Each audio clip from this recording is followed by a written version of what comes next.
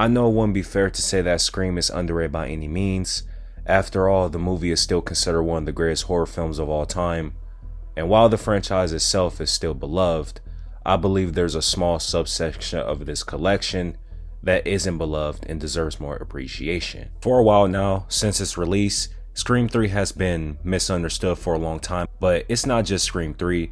I feel like the entire story of the first 3 movies and the way it connects to each other usually gets overlooked for some odd reason. I've heard many things like Scream 2 is a rehashed version of the first movie, it's all the same or repetitive, and it's just Ghostface going after Sidney. I completely disagree. I feel like there's so much context that people leave out, and being a Scream fan myself, I believe that there's things I see that others don't. So in this video, I'm gonna try my best to unravel the full story from start to finish and try to prove my point on this being an underrated trilogy, but also why it's undeniably the best trilogy in horror slasher history. Now you might think, what makes a great trilogy? Well, the common trilogy structure is a series of 3 connected films that tell a complete story, in which each movie also functioning as a self-contained tale, with film 1 being the setup, which is usually the introduction of characters, the world, and even the main conflict, with film 2 being the escalation, which is developing the story and characters even further than before while raising the entire stakes, and film 3 being the resolution, which in other words, the final conclusion wrapping up the entire story.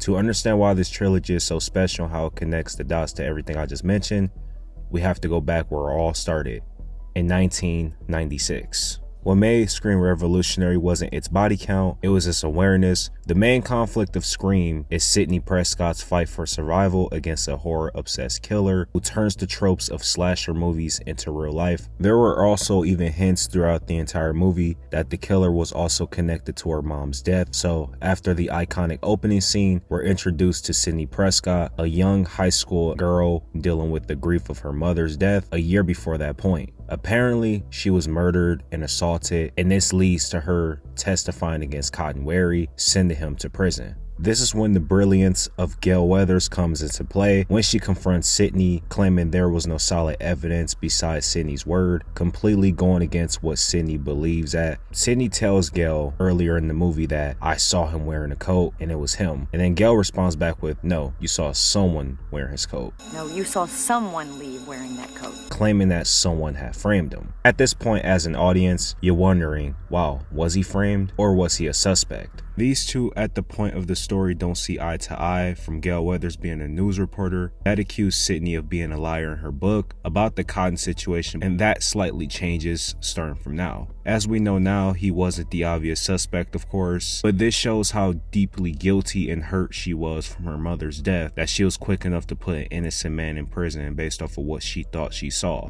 She even goes on to have a slightly emotional conversation with Tatum, later on talking about the conversation with Gale, and surprisingly with Tatum siding with Gale. Sidney gets emotional, not wanting to accept it as the truth, and realizes that if the killer isn't Cotton, then the killer is still out there. Mind you, the killer has been making hints the entire movie about how he has something to do with the murder of her mother. "If you hang up on me, you'll die just like your mother."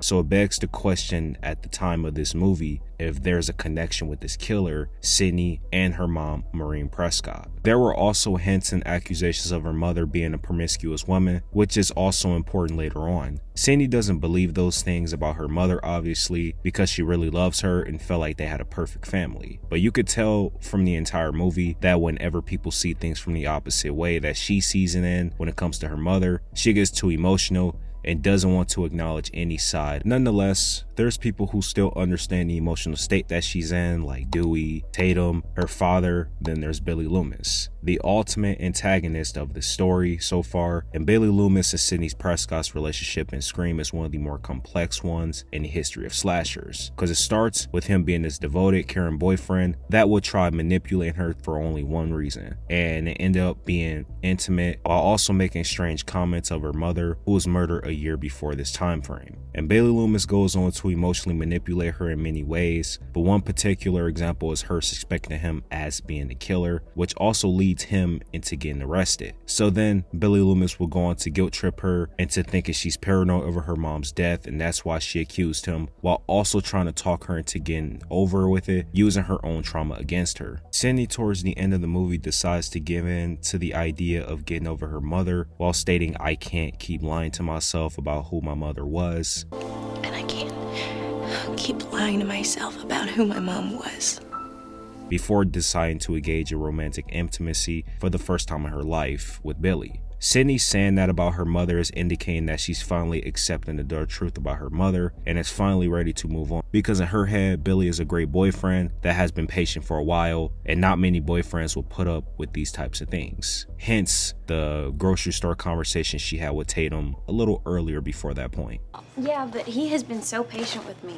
You know, with all this sex stuff. How many guys would put up with a girlfriend who's sexually anorexic? This goes into what he said earlier about not wanting to accept it, but now she's willing to do it for him. This goes into Billy's faking his murder attack, and then it leads to the ultimate betrayal of this movie in the climax, with Billy and Stu being the two killers of the Woodboro's massacre. But what makes it even more crazy is that he openly admits to being the one murdering her mother, and the motive was a lot more personal as well. He did it for revenge. He blamed Sidney's mother, Sidney Prescott, for his mother abandoning the family because of an affair that she had with his father, and he admits to framing Cotton Wary. This explains the subtle hints about her mother that the movie gave us. This goes to show you that the level of manipulation and patience it took to pull this off, which is the scariest thing to imagine when it comes to the others that surround you. So now, at the point of this movie, he tries to kill Sidney and frame her helpless father so they can get away with it, but he fails, and Sidney Prescott ends up surviving along with her father and a few others. Cott is set to be freed in the second movie. Gail has her story. Dewey, Sidney's father, and Randy survived, and Sidney finally gets justice for her own mother's murder. Scream 2 was all about raising stakes and involving everything that came with the first film, starting with the main characters and story. And at this time, the killer is back, but a different person with different motives. For starters, I think one thing people don't talk about is how bigger the setting is compared to the first movie. And that's important because when it comes down to raising the stakes, this small detail of moving to a more public setting matters too, because it shows how bold the killers have gotten. No matter if it's in a movie theater, a news van in front of crowds of people, or even in a sorority house, it shows that the violence isn't isolated anymore like the first movie, and how Ghostface isn't hiding in the shadows anymore. And because it's a college campus instead of a high school in a smaller setting, the killer is more unpredictable, or anyone could not only die next, but could also be the killer. This is something we noticed with the Ghostface reveals that we got at the end, and Nancy Loomis and Mickey Altieri are some of the Ghostface killers throughout the franchise that fans didn't see coming the most. Not just the fans, but even just putting yourself in the same shoes as these characters, it would be even harder to guess being in that situation. So pretty much what I'm saying is that there's a slight difference in living in the situation than seeing it from the screen, but I digress. Mickey Altieri isn't just as dangerous as a killer because he was one of the most unpredictable ones, but also because, just like Billy Loomis, he takes the patient route to mentally control Sidney. He takes a page out of Billy's book to pick up where he left off.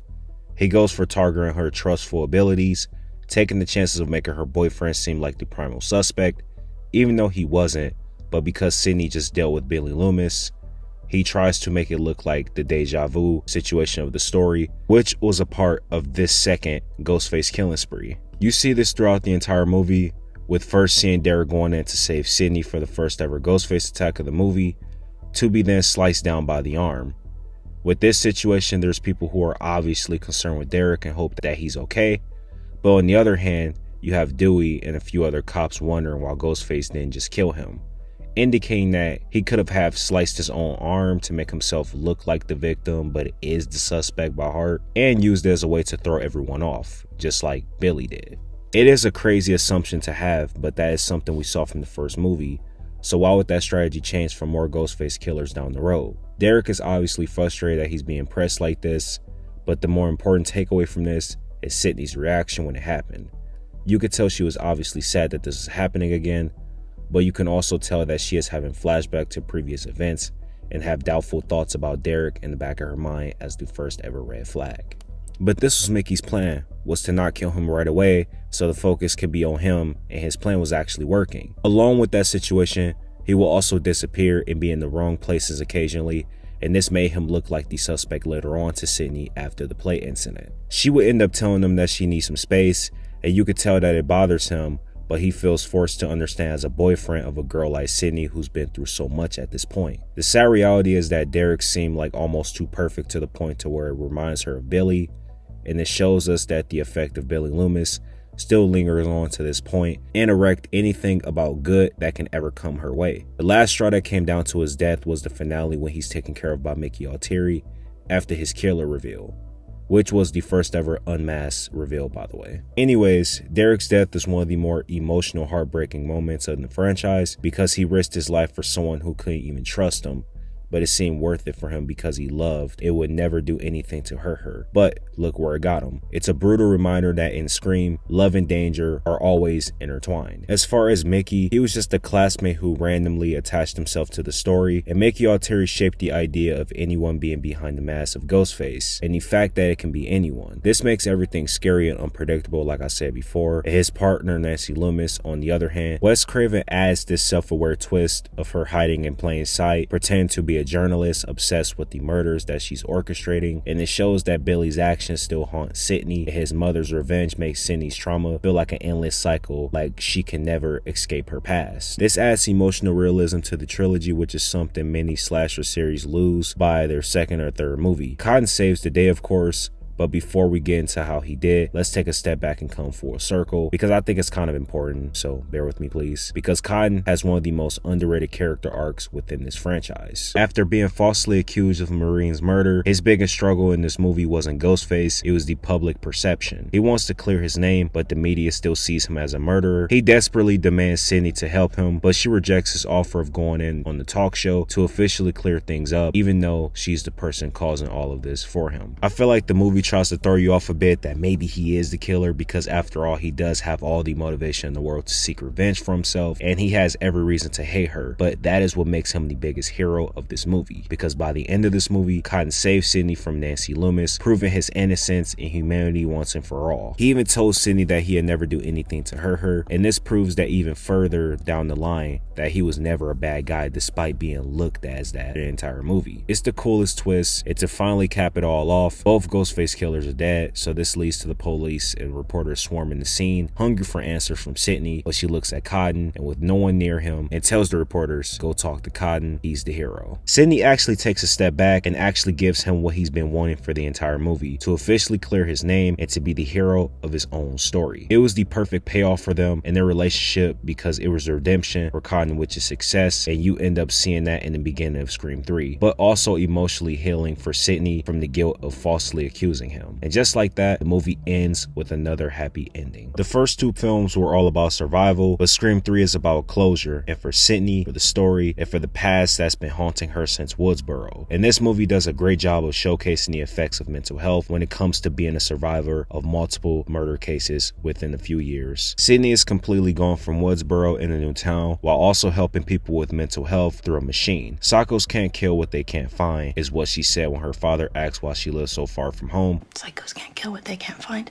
But her trauma goes beyond that though, even with the hallucinations of her mother. Its original motive that started everything was the reputation of her being a promiscuous woman behind closed doors. And well, in the third movie, more secrets come to life when Dewey and Gail find out more information about her. And even crazier, there was a suspected killer this whole time connected to the murder case involving her in the events before the first film that hasn't been caught yet. It was revealed that she lived in Hollywood under a different name, Rena Reynolds, at a younger age trying to become an actress. People in Hollywood took advantage of her in the filmmaking system, but she always kept it in the past as a secret. She would move to Woodsboro and change her name to Sidney Prescott and kept everything in the past a secret and started a new life. This is important because of who Roman Bridger is as a Ghostface, and unlike the 4 previous Ghostface killers before him, Roman Bridger isn't just another Ghostface. He was revealed as the mastermind of the original killings, and he states to Sidney that he manipulated Billy into murdering her mother while also revealing himself as her long lost brother. It makes him the originator of the whole thing and not a copycat. So it makes so much sense for him to be the only killer. One of the biggest things in Scream 3 is that Roman wears a bulletproof vest, something no previous Ghostface have ever done, and it instantly raises the stakes because you can't just shoot the killer this time. And it proves that Roman prepared for the counterattack and expected resistance from armed victims or police officers. This detail makes him more like a trained hunter than some random Ghostface killer. And Roman's use of the event's voice changer completely changes the rules. Unlike earlier killers who can only use the Ghostface voice, Roman Device can imitate anyone, even Sidney, Dewey, and Gale. And I think it works well for this movie because the voice changer added a newfound layer of destruction for Ghostface, and it changed the game for Trust when it comes to this story, and he sees himself as the writer, director, and star of this movie. That's what makes him so dangerous, because he doesn't rely on others like the previous killer did, and he's everyone. He controls everyone, and he's the entire production in one man. And if you look at Roman compared to all the other Ghostfaces before him, he has Billy's intelligence, Mickey's ambition, Stu's dramatic flair, and his own strategic precision. I know there's a ton of fans that don't like Roman Bridger, but I think he's a genius and is very important to the story. And I think the idea of Roman Bridger is like the final boss to this complete story of the trilogy. And Roman Bridger being a director also makes this situation even more insane, and he isn't a director by coincidence, it's more poetic by design. For him, it's about filmmaking movies, but also it's about directing the lives of other people. And as a director, he manipulates actors and scripts, and as a killer, he manipulates Sidney's past, the murders, and even the narrative of the trilogy itself. Both are products of the same pain and the same mother, but they reacted in opposite ways. Sidney's turned her trauma into strength and survival. Roman turned his into pain and anger and control. Roman felt betrayed twice, one as a son obviously, but also Sidney's fame from something that he directed. Not just as an actual failed director in Hollywood that's behind the scenes that hasn't gotten a big break yet, but also from how his revenge of Maureen Prescott's abandonment resulted into Sidney's taking that moment away from him with her rise to stardom. To him, this felt like she took everything from him, so he wanted to take matters into his own hands to finish what he started once and for all. So this led to the biggest cinematic showdown of the franchise, and this final fight was so epic to me that it still gives me the chills to this day. It starts with Sidney's anger with the typical Ghostface monologues and tells him to take responsibility, which sets him off of course, and they go back and forth at first, but Roman eventually starts beating the crap out of her to gain the upper hand. Roman actually nearly kills Sidney, and this is what made the fight so tense and meaningful. And he ends up shooting her in the chest at close range, which is something no previous other Ghostface killer has ever done at the time. She falls and seems dead, which starts him to celebrate his own final act. Most fans will agree that she looked the most vulnerable during this moment, and that's what made it epic. But when he turns his back, she rises protected by the bulletproof vest. This goes back to him using a bulletproof vest the entire movie, and this moment isn't just a twist, it's a reversal of every trick he's ever used, but used against him. Him and every other Ghostface killer use craftiness, fake deaths, and stage scenes to control others, and now Sidney uses this same illusion to defeat him. And it's not luck that saves her, it's intelligence and growth that she learned from every other Ghostface encounter before him. By using his own Ghostface tactics against him, she proves that she evolved beyond fear. Symbolically, Sidney becomes the true director of the Scream story and the one who writes its ending instead of being trapped in it by Roman's identity. When Roman finally falls down and he's just laying there beneath Sidney, it's deep to her, as Sidney isn't just gloating over his death. She's sad because beneath the Ghostface persona, Roman was family, her half-brother specifically, and another victim of a system of a parent who failed both of them. Her final words to him and the way she stays until he's gone shows that she understands him, even if she can't forgive him. And just like that, we have another happy ending. And just like most trilogies, this one ends like the final chapter to what was a compelling story. The trilogy closes with her finally finding peace, leaving the door open at the end of Scream 3 as a sign of relief that she's no longer haunted.